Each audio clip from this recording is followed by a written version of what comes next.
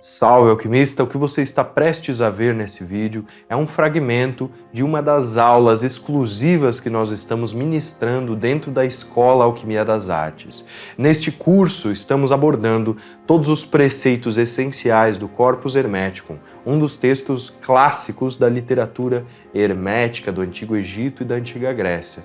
Tudo isso com uma abordagem moderna, trazendo teorias e práticas para a nossa vida cotidiana e a nossa jornada iniciática. Por isso, preste muita atenção em tudo aquilo que eu irei lhe falar, pois contemplem os verdadeiros simbolismos deste mistério maior, com olhos atentos e ouvidos do entendimento.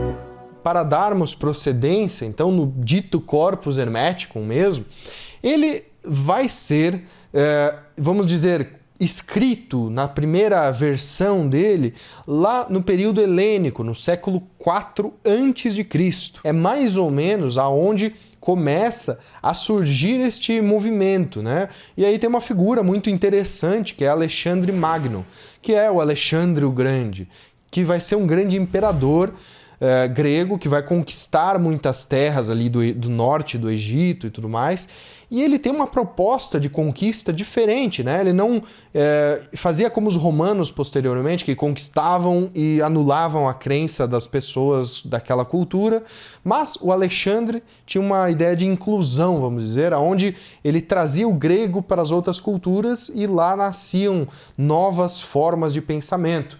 E dentro dessas novas formas de pensamento que surge a figura do Thoth Hermes, né? Desta figura do Trismegisto, esta deidade que mistura o Thoth egípcio, que mistura o Mercúrio depois romano e o Hermes grego, propriamente dito.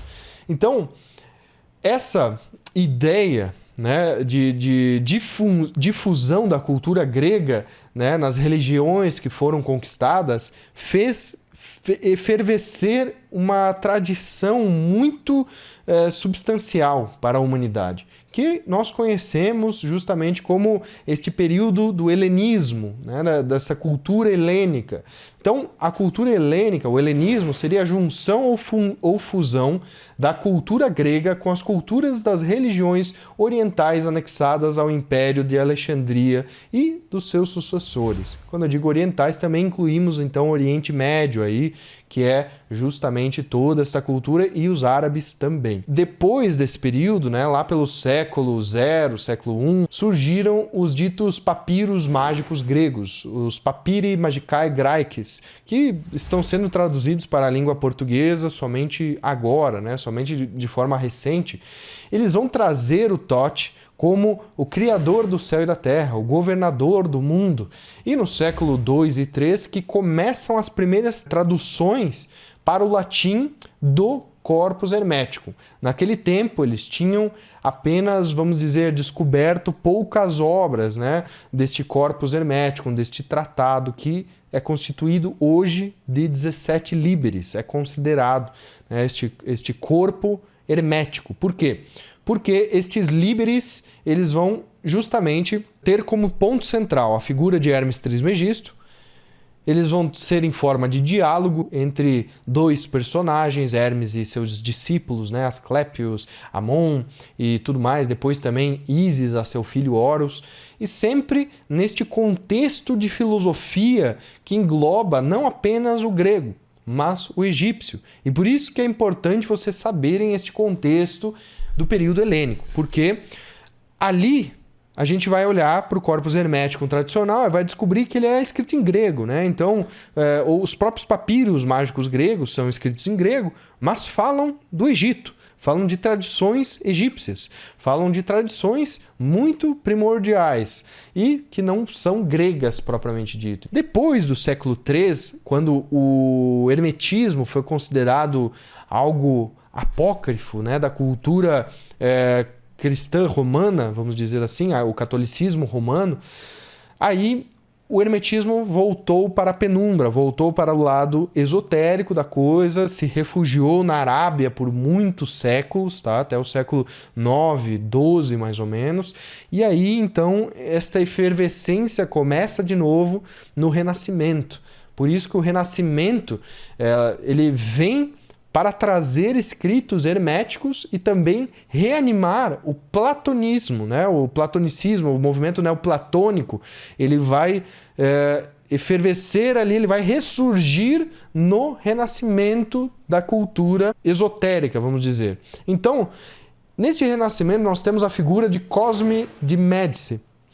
O Cosme de Médici, ou Cosimo de Médici, numa tradução mais aportuguesada, ele foi um dos grandes personagens fundamentais para este renascimento destas culturas, porque ele tinha muita influência em Florença e ele era um grande buscador. Ele financiava buscas pelos textos primordiais, encontrou muitos textos platônicos, toda a obra platônica foi encontrada quase que por ele, foi trazida para a língua latina. O Corpus Hermeticum, ele descobriu 14 liberes do Corpus Hermeticum, trouxe para a língua latina, trouxe para a Florença, e lá em Florença ele fundou a Academia Platônica de Florença, que depois Marcílio Ficino, que é uma figura importantíssima, teve o seu foco na tradução destes escritos. Então, basicamente, a tradução primordial para o latim, para as línguas latinas, ela vem daí, deste momentum,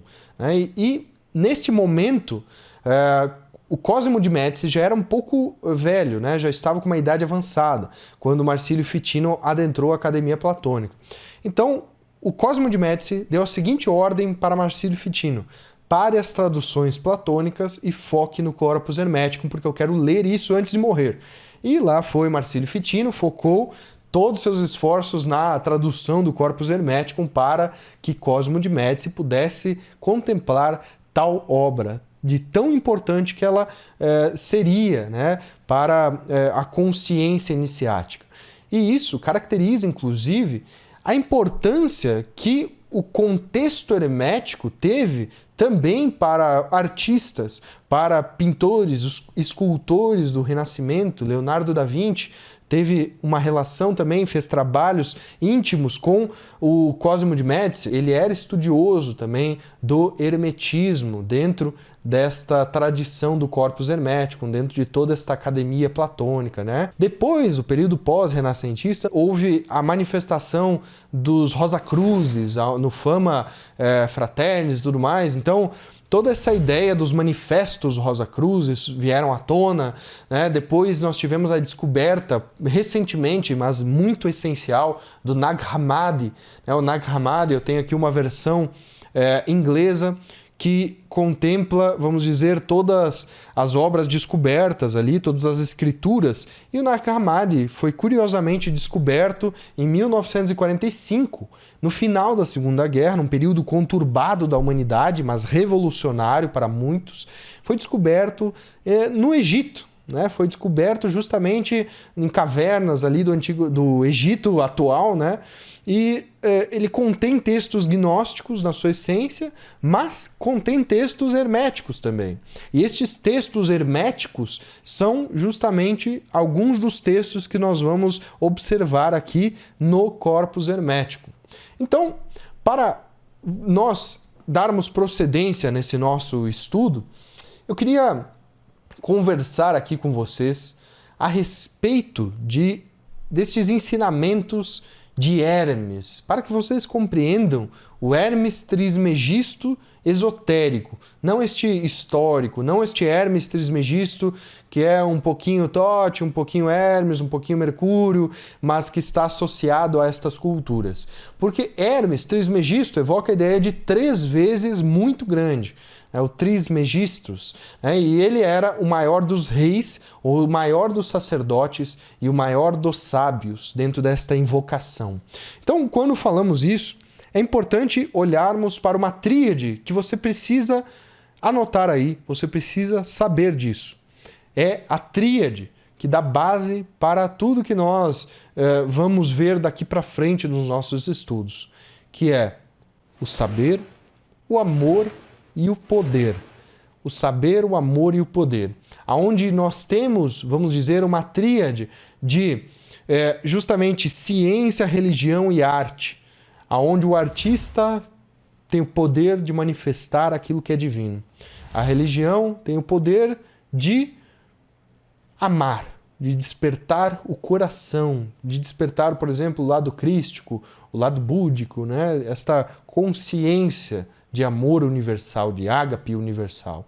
E o saber sendo a ideia da ciência numa amplitude, de uma alquimia, vamos dizer assim, que vai contemplar a metafísica, vai contemplar a ciência universal da luz, desta manifestação. E isso pode ser expresso dentro da filosofia hermético, né?